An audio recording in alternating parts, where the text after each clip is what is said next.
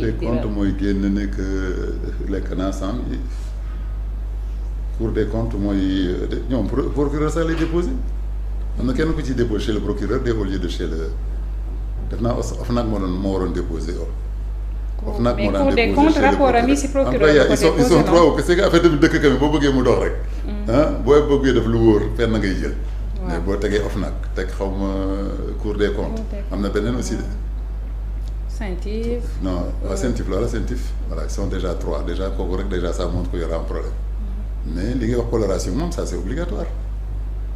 ah mais coloration boo ko déggee est-ce que ça. non c'est obligatoire. yéen a leen voté ñoom bi ñuy leen di voté lan lañ def dañ ci def APR.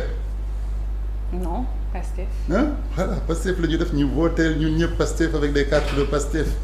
Pastef promettre ñu un politique sax lay wax politique de développement nañu ko waxee seen programme politique la tudd. mais il faut nga comprendre ñoom bu ñuy wax ni politique lal mooy ni dafa am ay instrumentalisation. bien sûr li ma leen wax doy leen sax lu tax arrêté wuñu les gens là pendant que Macky était là pendant que Macky était là est-ce qu'on a arrêté ça ça s'est passé pendant que Macky était là oui. c'est pendant que Macky était là que la Cour des comptes a dit que ñii def nañu lii lugal nañu lii mu ñu ne Thiel teg ci seen kii les organismes internationaux ñoo ci jóg 2 fois mu recevoir leen mu promettre que justice va être faite mais yéen a ngi fàttali ko xoolaat leen seen commune gi ñu convoqué 2 ou 3 DAGE. oui on le sait. teg mu sedd teg mu sedd ñi lay jugaat encore ñu defaat même chose teg mu sedd léegi la ñuy soog a am. loolu moo tax ma ne la politique bi c'est important. par loolu la ñuy sous-entendre bu ñuy wax ci coloration man li ñu ma estimé tey yëpp bu ma réyoon ni tey dañ naan non c'est un ami de Pastef laissez-le tranquille. oui fan yii da nga nekk bu ñu defoon loolu. bu ñu defoon parce que loolu la ñuy wax ni féex nga. loolu mooy farfarlu yaa ngi au pouvoir. loolu mooy farfarlu. te aw ma carte force. amoo carte non dañ ma sopp peut-être mais. je fais pas partie de léegi nag ñeneen ñi nekk ci wetam prévenir leen. et je crois que premier ministre nee na ko moom il ne laissera personne même ñi bokk ci moom. il ne laissera personne faire ça ba muy fayloo ay cafétéria ak ay courant ay climatiseur donc ça veut dire qu'il veut aller loin foofu nag laa ko ñaan mu dimbal ma ci li ñuy gis ci mbedd bi. Diouf Sarr Marie Khemesse pour yow ils ont des comptes à rendre. bien sûr DAGE mën na def dara te yëguloo ko sa DAGE nee na ñu nommé wuloo ko. mais sa DAGE boo ne ko defal 50 millions de plus nga jël 25 nga jël 25 doo ko wax sax moom ma koy defal boppam moom boo calculer ba nga fa nga ne ko ñaari appareils yi 10 millions lay jar daf ciy dolli forcément 10 millions muy 20 millions kan mooy signé c'est le ministre quand même. le ministre même s'il n'est pas moo jox l'ordre moom mooy signé wax dëgg ak moom. bu ma demee jëli xaalis bi fay sama 10 millions li mu war a fay ma desee 10 millions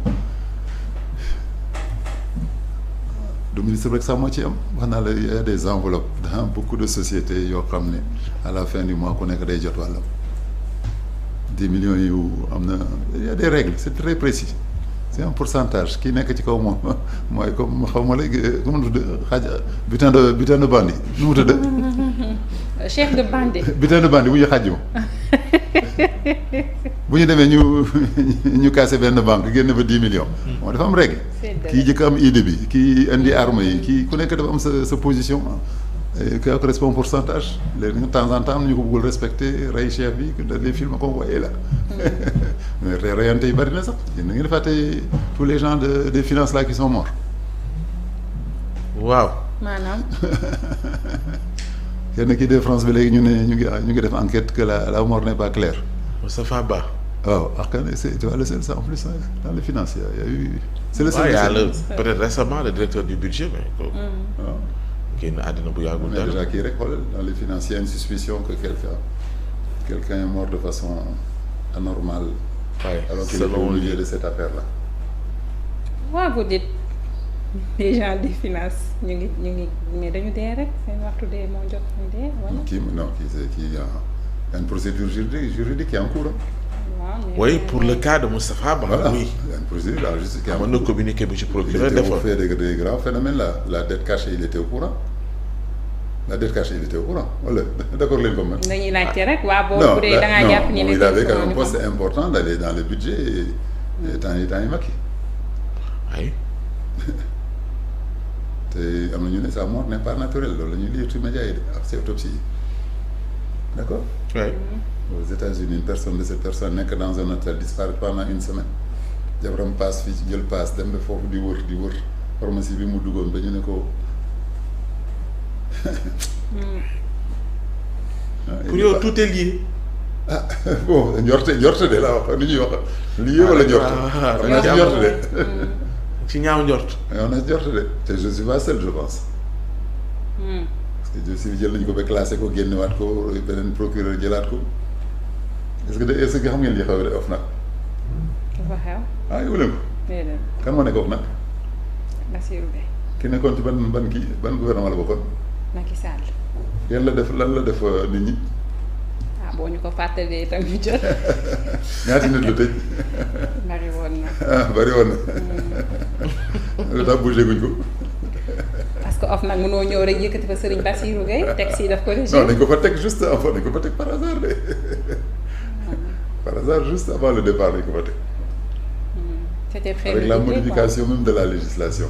loolu bëgg a wax en termes clairs. waaw. mu bëgg a tey boo amee cas wu corruption bu ko yóbbu OFNAC. du dem. bu ko yóbbu OFNAC rek nga comprendre li ma la wax. ah non seulement du dem non seulement bu ko neexee du dem mais bu ñu la jàppee moom mën na ko teggi.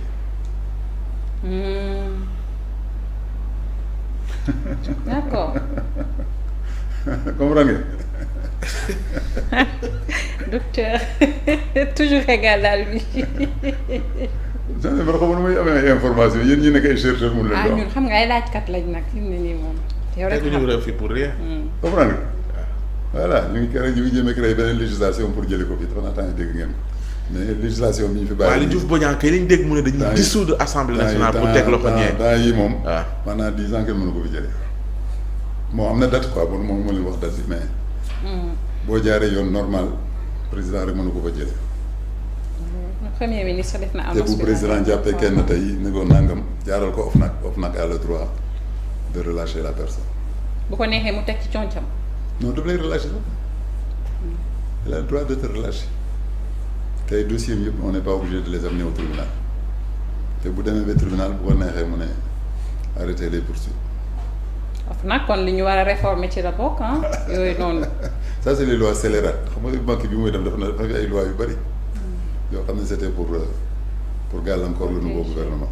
oui et se protéger même parce que dossier bu OFNAC jël tey ñu ne ma waa APRR docteur Niang moo ko def j'ai aucun risque.